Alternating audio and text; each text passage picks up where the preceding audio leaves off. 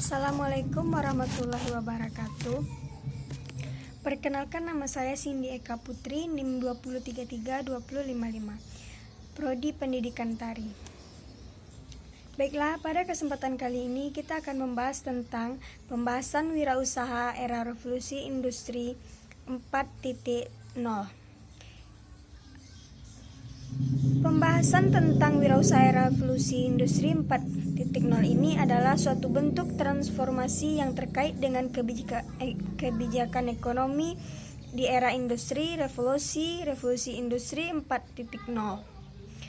Mau tidak mau, kegiatan bisnis industri apapun termasuk sekelas dengan usaha bisnis yang kita lakukan dalam konteks wirausaha harus ikut serta bergerak beradaptasi di konteks aliran revolusi industri. Kalau tidak, ya sama saja seperti sedang jalan di tempat. Bergerak iya, tapi berkembang tidak. Sementara semua orang mengikuti pola arus agar bisa sampai ke tujuan yang mereka inginkan. Dan sekarang balik lagi kita ke pada persoalan kita yang tidak terbiasa dengan teknologi, karena 4.0 berhubung langsung dengan teknologi, dunia maya, kemampuan kita untuk membaca tujuan dengan suatu di luar nalar, di luar kebiasaan, di luar ekspektasi yang sebelumnya pernah kita sentuh, yang sekarang mau tidak mau kita harus terlibat. Bahkan itu dijadikan semata utama siap tidak ketika dihadapkan pada kondisi ini. Sesuai dengan filosofi kehidupan terkait perubahan tadi, mau tidak mau, suka tidak suka, kita harus ikut serta mengambil bagiannya, beradaptasi dan mencoba melakukan. Dan itu kuncinya, yang tidak pernah mau ikut melakukan, dia tidak akan pernah tahu. Makanya salah satu bagian dari paradigma berpikir kewirausahaan adalah usaha maksimal, bekerja keras, dan tidak kenal lelah. Jadi ini merupakan suatu tantangan yang luar biasa untuk kita beradaptasi. Berada pada arus revolusi 4.0 sekarang, mari kita lebih mengenal apa itu 4.0. Apa benar kita anggap sebagai tantangan baru dalam dunia industri, dan apa pula kaitannya dengan kita sebagai calon wirausaha di masa depan. Kalau untuk kehidupan milenial, 4.0 sebenarnya bukan menjadi masalah, karena 4.0 adalah generasi kita sebagai anak milenial. Selain tantangan ekonomi, dan saat ini kita melihat adanya tantangan industri yang menuntut pada transformasi atau perubahan secara menyeluruh.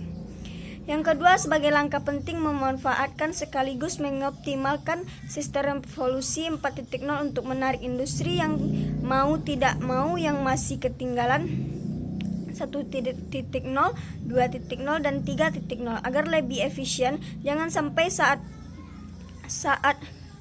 yang menggunakan teknologi revolusi 4.0 mereka sudah sampai 2.0, kita baru sampai di angka 1. Kita hanya mengambil bagian kecil dan orang lain yang menikmati. Kalau kita gak mau beradaptasi dengan revolusi industri 4.0 sebagai sebuah transformasi di bidang industri, apa iya dinamakan sekarang masih ada terdapat industri-industri khususnya di Indonesia pada fase revolusi 1.0, 2.0,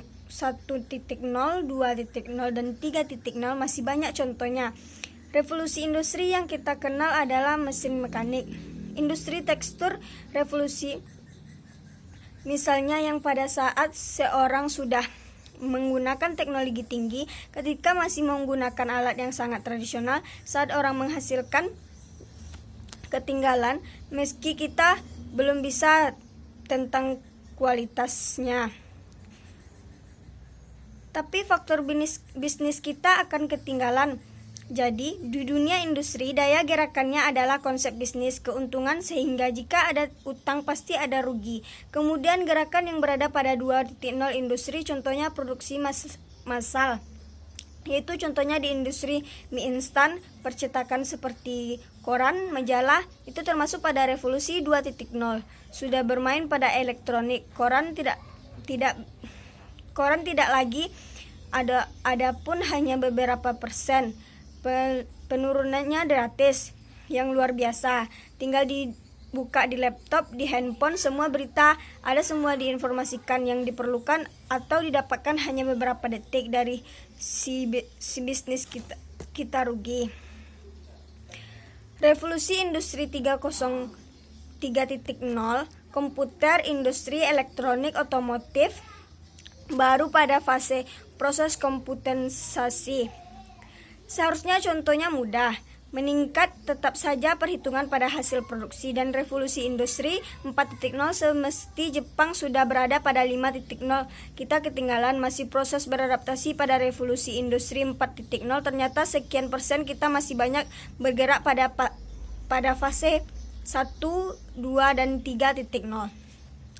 Kita ambil contoh revolusi 4.0. Otomatisasi jadi jelas contoh vintage digital seperti Startup, sebut saja Gojek, Gokar, dan sebagainya. Kalau dibandingkan dengan taksi, tidak lagi laku, tradisional sudah habis. Bayangkan orang hanya memainkan dengan satu pesanan antar dan jemput, antar alamat, biaya murah, cepat. Kalau taksi, kalau laku ke sana, kita bisa prediksi berapa biaya yang kita kenakan, berapa lama akan sampai. Tapi dengan menggunakan konsumen digital seperti dimainkan perannya dengan Gojek, semuanya menjadi sangat mudah. Bicara tentang industri, tentang ekonomi sedikit lebih berat, namun paling tidak saat sudah menjadi seorang wirausaha maka harus kenal dengan istilah seperti ini. Jadi walaupun agak berat, tetapi pelan-pelan dengarkan, lalu dipahami, kemudian cari maknanya. Kali ini kita bicara tentang transformasi ekonomi yang menurut beberapa orang adalah kunci dari kemajuan bidang ekonomi. Mau tidak mau, di mana satu kondisi harus seimbang. Maksudnya gini, strategi perencanaan pembangunan saat ini, transformasi struktur ekonomi, semuanya diarahkan supplier. Makanya harus sejalan dengan mindset yang dulunya jalan sendiri-sendiri, sekarang harus seimbang keduanya. Jika keduanya seimbang, maka akulturasi kemajuan ekonomi akan bisa terwujud dalam transformasi ekonomi. Jadi dalam revolusi 4.0 maka dua-duanya harus seimbang sehingga bisa mewujudkan transformasi ekonomi. Sekarang coba lihat supply side itu setidaknya ada 4 reformasi agraria, pembangunan, infrastruktur, peningkatan SDM, bantuan sosial. Ini empat yang masuk ke supply side. Ketika ini dibangun maka harus diikuti dengan mindsetnya. Artinya menjual daya jual beli agar tetap stabil, dan ini dilakukan sebenarnya dengan strategi ekonomi pemerintah. Tidak bisa dari bawah saja melalui aturan-aturan main oleh kebijakan ekonomi yang memang berpihak kepada kebutuhan atau kepentingan masyarakat untuk menjaga daya jual itu tetap stabil. Artinya ini menjadi PR pemerintah. Selanjutnya, yang kedua yang dimaksud dengan mindset adalah meningkatnya investasi. Semakin tinggi tingkat investasi dan makin besar kemungkinan supplier ini akan naik. Dan yang ketiga, meningkatkan ekspor bukan impor. Di dalam konteks transformasi ekonomi yang dibenari adalah kualitas dalam negeri yang kita punya diproduksi dan diekspor keluar, hingga harganya menjadi naik dan berlipat ganda, dan itu memberikan keuntungan buat kita. Makanya jangan terbalik karena bicara dengan supply dan demand set yang dimaksud dengan berimbang dengan transformasi ekonomi ini meningkat nilai import. Garam kita punya laut terluas di dunia, makanya kita mengimpor garam. Indonesia adalah negara yang sangat kaya akan pertaniannya, penghasilan padi, tapi justru kita mengimpor padi, seharusnya tidak mengimpor padahal kita negara agraria. Bicara tentang transformasi kebijakan ekonomi di era revolusi industri 4.0, kita otomatis harus mengetahui bagaimana suatu transformasi kebijakan di bidang ekonomi. Sumber daya alam yang selama ini kita gunakan sekarang berubah berbasis nilai tambah yang mestinya adalah ekonomi manufaktur dan jasa. Kalau dulu kita fokusnya ke basis SDA karena memang kita kaya, tapi kalau SDA yang terus kita unggulkan dengan dihabiskan lama kelamaan akan habis. Dan pada saat 4.0 yang jadi fokus ke SDA lagi, tapi pada ekonomi yang berbasis nilai tambah, yang berbasis industri manufaktur dan jasa, memang sulit tapi harus belajar pelan-pelan sebagai generasi yang cerdas, apalagi yang bergerak di bidang bisnis dan ekonomi sebagai calon wirausaha. Ekonomi berbasis SDA primer dulu, sekarang arahan perubahan itu dari mulai era berpikir, mengambil kebijakan, cara mengambil keputusan sampai strategi yang dipilih pun sudah diarahkan pada ekonomi berbasis nilai tambah, yaitu nilai basis dan manufaktur dan jasa, dan yang ada pada tengah-tengah proses SDA ke nilai tambah transformasi untuk meningkatkan daya saing. Siapa yang melakukannya? SDM untuk apa? Merespon pengesahan struktur ekonomi dari struktur ekonomi ke jasa, perkembangan teknologi dan tantangan lainnya. Apa itu industri manufaktur? Industri manufaktur paling tidak kaitannya dengan kontribusi pada PDB, bahwa industri harus memberikan konstruksi PDB yang menaruh dan presentasinya 26 dari 2001 sampai 2016. Nah, sekarang harusnya terjadi penurunan 18% atau 20% dalam konsep kontribusi itu terhadap PDB. PDB itu apa? Produksi domestik bruto. Yang jelas PDB ini salah satu industri yang digunakan yang sangat penting untuk mengukur kondisi sebuah negara. Di Indonesia juga begitu, dilihat dari PDB-nya dan harusnya terjadi penurunan.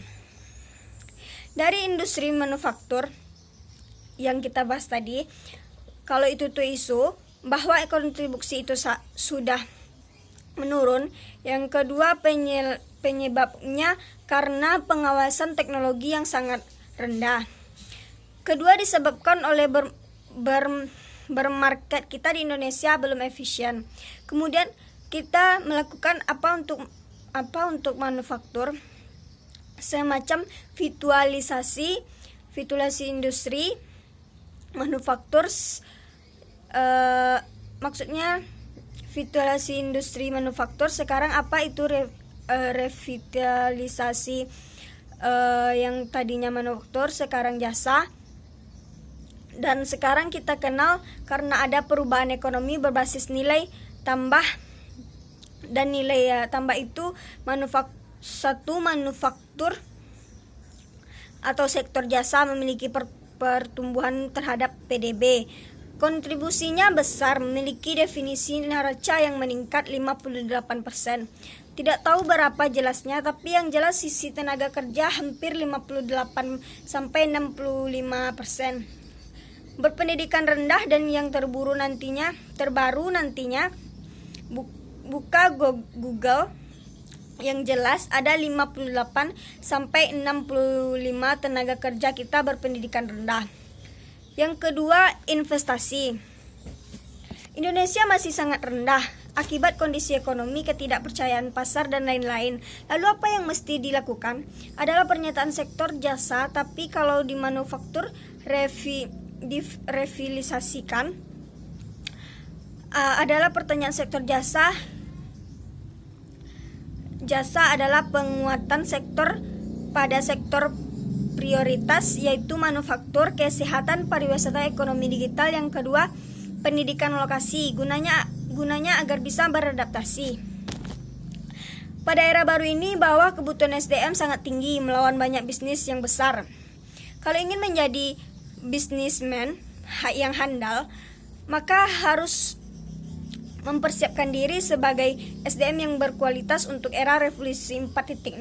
Kalau tidak bergerak di situ, maka akan ketinggalan. Dalam konteks lain adalah ketika memburuhkan tenaga-tenaga kerja terhadap bidang lain, tenaga-tenaga ahli dapat dimanfaatkan. Lalu akan muncul strategi bagaimana melakukan pendidikan pelatihan lokasi, bagaimana kaitannya dengan bidang usaha, strategi perbaikan yang mungkin bisa dilakukan dalam pelatihan pendidikan